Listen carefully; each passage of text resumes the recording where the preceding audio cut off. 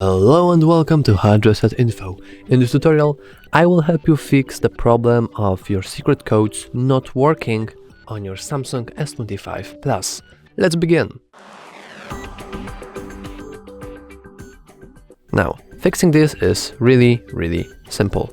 All you have to do is go to Settings, scroll just a bit until you see Security and Privacy, click it, and right here on the bottom you can see that auto blocker is enabled.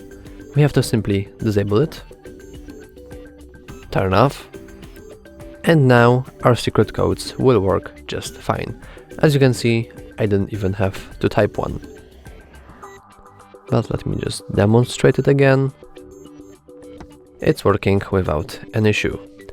If you found this tutorial helpful, please consider liking and subscribing. Thanks for watching.